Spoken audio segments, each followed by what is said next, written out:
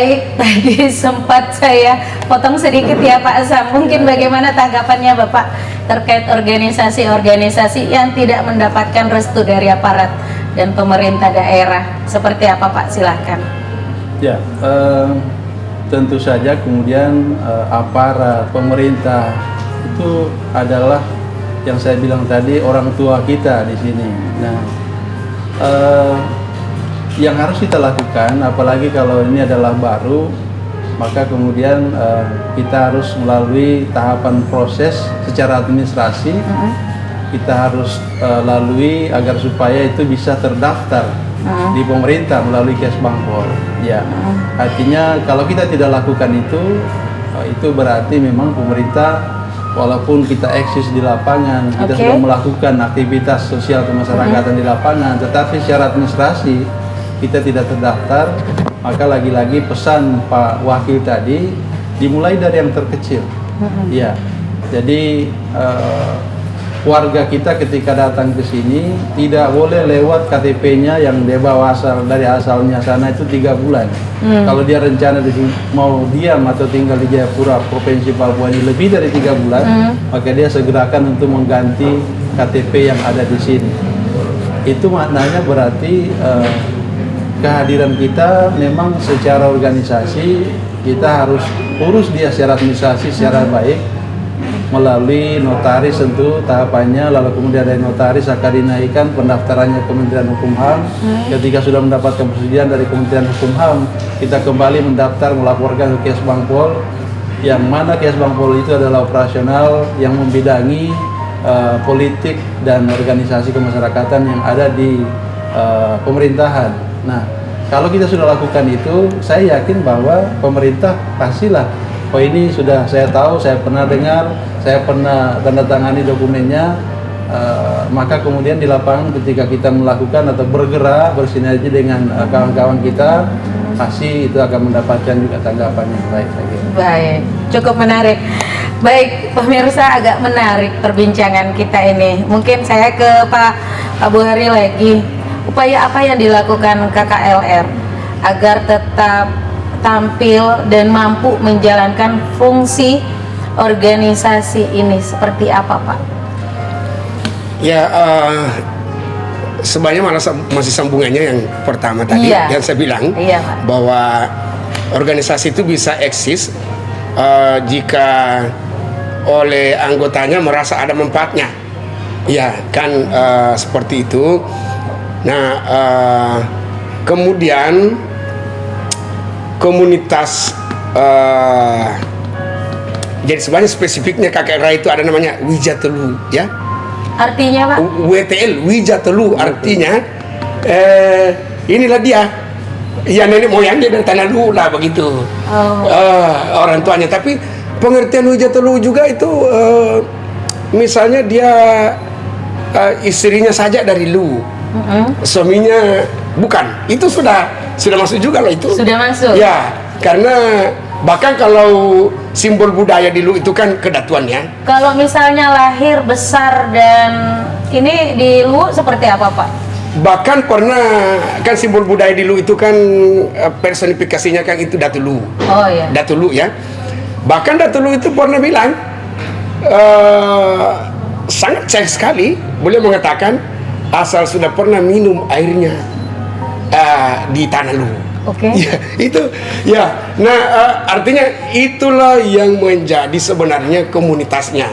Apakah dia orang tuanya dari sana, kawin dengan yang berasal dari sana, atau pernah bertugas di sana, atau pernah minum airnya tanah Lu. Ini sebenarnya satu kesatuan Pak ya. Itulah dia sesungguhnya warganya.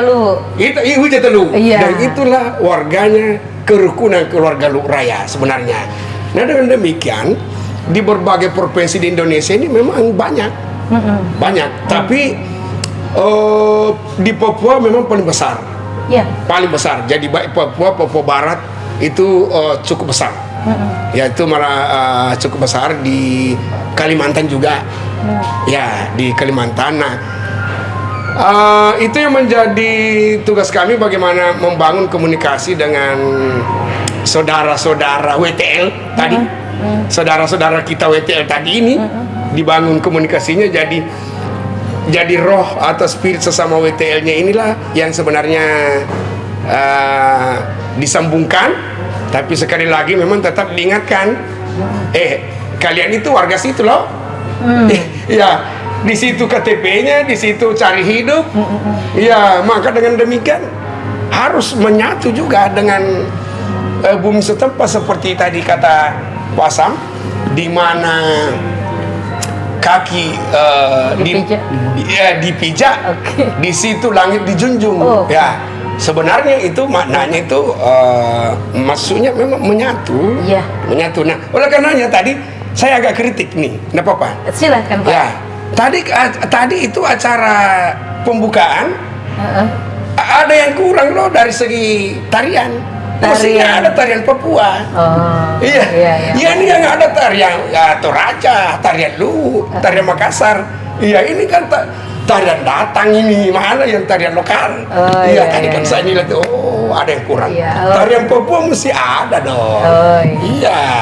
Baik Kak, mungkin Bapak agak saya kulitin sedikit. Dari Sabang sampai Merauke, sudah yang terdata di agendanya Bapak itu berapa daerah sih Pak yang sudah eksis Pak? Memang se-Indonesia itu kalau saya per pulau tidak semua sama. Jadi organisasi kerukunan keluarga Luhut Raya yang banyak itu adanya memang di Papua. Ya, artinya hampirlah semuanya Pak Sam ya, kabupatennya. Ya, Papua Barat. Kemudian juga Kalimantan, Sulawesi secara umum, Sumatera, Batam, ya Kepri, Jawa itu adanya di Jakarta, Banten. Banten. Iya, mana tidak terlalu di Jawa ini. Artinya apa? Apa yang terjawab di situ? Di mana banyak, berarti ke situlah tadi ini WTL ini hadir, ya kan? Ya, jadi istilahnya dari kampung halamannya atau dari kampung orang tuanya ke sana dia. Jadi ini kelihatan bahwa para WTL ini lebih banyak berada di Papua dibanding justru berada di Jawa. Nah, situ kan? Ya, begitu kan sebanyak terjemahan dari fakta seperti itu. Itu Mbak. Bapak di Provinsi Papua, ya tadi kata Pak Ketua Umum bahwa warga Wijatoluwu itu lebih banyak di Papua.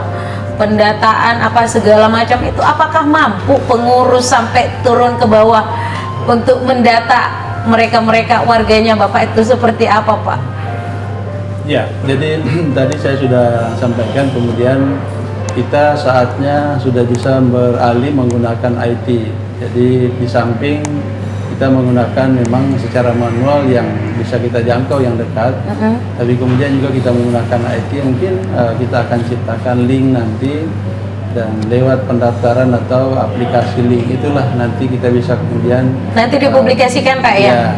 Nanti kan akan ada rekapannya begitu. Nanti kita buatkan rumahnya dari sinilah, baru kita kemudian apa yang kita butuhkan. Paling tidak ya dalam sebuah keluarga itu berapa orang, siapa nama kepala keluarganya, latar belakang aktivitas sehari-harinya apa begitu. Ya nanti kita akan detailkan itu. Lalu kemudian dari situlah kita istilah orang, kalau datanya sudah bagus, sudah punya database, tinggal kita bagaimana memilah dan memilih begitu. Apa yang dibutuhkan ya kita tinggal pilih untuk kita dorong kepada yang pemangku kepentingan dan pengambil kebijakan keputusan. Baik Bapak, saya selalu mendengar kalimat Tokdo Puli Temak Lara, kebersamaan yang saling menguatkan. Apa sih pengertiannya itu Pak? Bisa ceritakan ke pemirsa mungkin Pak? Tokdo Puli Temak Lara artinya itu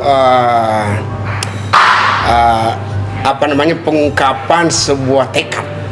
Ya, tekad ya, artinya ketika menyatakan sesuatu, maka dia harus temalar, artinya dia tidak akan mundur begitu. Integritas tinggi. Kesatria. Iya, kesatria. Ya, sebenarnya ada bahasa lain juga. Sekali layar terkembang, pantang pulang. ya apa itu pantang bidu suruh ke belakangnya. Ya itu. Artinya Pak, itu jadi itu gambaran pelaut. Sekali layar iya Pak. dibuka seorang pelaut, maka pantang dia kembali ya ke titik startnya sebelum mencapai tujuan. Oh seperti itu Pak ya, yang diungkapkan dalam logo Pak ya, logo kebesarannya KKL Pak ya. Iya. Oh seperti itu. Ya, kalau logo KKL memang itu 20 temolar. Iya. Iya, itu 20 temolar jadi sebuah pernyataan sikap. Ada kris lagi dipegang. Ada kris. Melambangkan apa itu Pak? Melambangkan itu keras, jujur, ya tidak gampang Ya. Tidak gampang goyah, khususnya di dunia politik Pak ya. Ya kata lain, aduh lah tidak mudah disogok-sogok lah. Ya, kayak gitulah. Baik Pak, kita sudah masuk ke penghujung acara pemirsa. Saya akan meminta rangkuman masing-masing mungkin dari Pak Ketua Umum. Kebetulan beliau juga baru kali ini menginjakkan kakinya di tanah Papua ini, dan informasi yang saya dapat terima besok ada agenda ke perbatasan. Nah, seperti apa Pak? Ada mungkin kesan-kesan atau pesan buat warganya Bapak di Papua seperti apa? Ya. Jadi besok ini kan namanya Aji Mumpung. Ya. Mumpung ini ada di Jayapura. Oke, Pak. Katanya hanya setengah jam sampai di Papua Nugini. Ya, kita pakai Aji Mumpung lah. Ya. Baik, Pak. Ya, Perbatasannya Pak ya. sekalian terus ke sana. Ya kapan lagi datang? Iya, ya kan, dan mudah-mudahan bisa datang lagi. Jayapura bagi saya sebuah kota yang potensial sekali. Ya, semoga masyarakat dan pemerintahnya bisa lebih mengembangkan, dan terkhusus kepada teman-teman segenap warga kerukunan keluarga Luhur Raya di Jayapura khususnya, dan Papua se-Papua pada umumnya. Ya, tentu seperti tadi kata Ketua KKSS, benar itu. KKR Raya adalah bagian daripada pilar KKSS, Kerukunan Keluarga Sulawesi Selatan, sehingga harmonisasi juga kita tetap terjalin. Bahwa ada satu yang Mbak belum saya sempat sampaikan. Baik. Kerukunan keluarga Luhur Raya sebenarnya spesifik dia spesifik sekali. Malah menurut saya tidak ada yang tingkat paguyuban yang tingkat kabupaten yang seperti ini, mungkin yang menghimpun 4 kabupaten. Ya, jadi 4 ini ada 4 kabupaten apa saja Pak? Kabupaten Luwu, Kota Palopo, Kabupaten Luwu Utara, Kabupaten Luwu Timur. Inilah dia yang menghasilkan paguyuban yang sama, mencakup 4 menjadi Pak. kerukunan keluarga Luhur Raya. Ya, jadi begitu, dari 4 kabupaten ini se-Indonesia namanya kerukunan keluarga Luhur Raya. Jadi itu sebenarnya yang agak spesifik, sebuah paguyuban yang sebenarnya dari asal kabupaten tetapi melingkupi 4 kabupaten. 4 kabupaten. Hebat sekali Pak. Ya, dan memang terus terang aja memang ini spirit untuk menuju provinsi. Iya, betul. Ya, menuju provinsi tersendiri memang spiritnya ke situ. Jadi spirit ini harus dijaga terus. Ya, entahlah kapan jadinya, tapi semangat tidak boleh mati. Saya doakan cepat Pak ya. Amin, amin, salah. Baik, untuk Pak Ketua terpilih, mungkin pesan-pesan buat warganya mungkin yang tersebar di seluruh provinsi Papua seperti apakah Pak? Karena wilayah provinsi Papua ini sangat luar biasa luasnya. Silahkan Pak. Iya, baik. Tentu yang pertama saya ingin menyampaikan terima kasih dulu kepada seluruh warga, khususnya yang ada di Kota Jayapura dan sekitarnya, karena tanpa dukungan kami tidak bisa dilantik atau hadir pada saat ini. Dukungan itu kemudian kita akan bangun secara terus-menerus agar supaya sekali lagi Papua yang begitu luas dengan topografi dan demografi yang begitu sulit, tapi kemudian kembali yang saya sampaikan tadi, tidak ada yang sulit dan berat rasanya ketika kita tampil secara bersama-sama. Iya, maka sekali lagi yang kita ingin lakukan memang adalah mengagendakan untuk beberapa kabupaten yang memang sudah siap untuk kita hadirkan di sana. Itu dalam rangka mempercepat tadi akses bisa lebih cepat dan kemudian bisa lebih efisien dan efektif dalam kita melakukan pekerjaan program ini. Ya. Dan yang kedua, sekali lagi kita adalah ada di Papua tadi, maka kita sebagai orang Papua jangan bahasanya lagi tadi kemudian jangan bikin gerakan tambahan. Baik, Pak. Jangan kita kemudian keluar dari bahasa kita dari sana bahwa kita harus pegang yang namanya siri. Iya, kan kita di Palopo siri itu kalau ditambah awalan dan akhiran itu ada yang sirita, sirimu, ada juga mau pakai siri-siri, ya itu tidak boleh. Mau pakai siri-siri itu artinya tadi yang pesan sangat luar biasa dari Pak Wakil tadi. Mungkin saya dijelaskan Pak pemirsa, ya. Pak siri itu seperti apa Pak? Siri itu sebenarnya ya malu ya, rasa malu begitu. Jadi kalau mau berbuat, wah saya tidak mau melakukan ini karena ini bertentangan dengan nilai-nilai agama misalnya, saya tidak melakukan ini karena bertentangan dengan hukum positif misalnya, maka siri itu yang harus dikedepankan. Baik. Dalam rangka kita saling berkomunikasi satu dengan yang lain. Nah, tadi saya terkesan sekali yang disampaikan oleh Pak Wakil bahwa kita begitu merantau, pesan orang tua kita adalah pegang itu 3 ujung tadi itu luar biasa. Bahkan sekarang ditambah lagi bukan 3, 4 bahkan 5 ujung. Yang terakhir adalah ujung jari karena eranya sekarang adalah era digital. Ya, tangan ini sangat menentukan begitu. Ngetik ataupun kemudian share sesuatu yang mungkin awalnya itu adalah hoax, tetapi kita karena hobi untuk tekan share kepada seluruh grup-grup yang ada, maka itu bisa berbahaya. Jadi pesannya itu, yang kedua pesannya adalah kita masih dalam keadaan dan situasi pandemi, maka kemudian istilah kita di Papua, ya saya jaga kau jaga saya, kita baku jaga begitu. Artinya, ya mari kita membantu pemerintah bagaimana memutus mata rantai ini agar supaya pandemi ini bisa berakhir cepat. Dan sesungguhnya kalau 3M itu juga ada sesuatu yang menjadi makna singkat di situ, ya rupanya. Kita disuruh pakai masker, ternyata filosofinya bahwa kau jangan bicara sembarang, ya. Lebih baik kau batasi berbicara hal-hal yang mungkin tidak bernilai, berita hoax jangan diceritakan, sesuatu yang mungkin tadi bertentangan dengan nilai-nilai, menimbulkan polemik baru Pak ya. Kau jaga mulut. Yang kedua jaga jarak, itu juga nilai dan filosofi agama bahwa kalau bukan muhrim jangan terlalu dekat. Iya, karena kalau terlalu dekat itu ada unsur yang ketiga yang namanya setan di situ.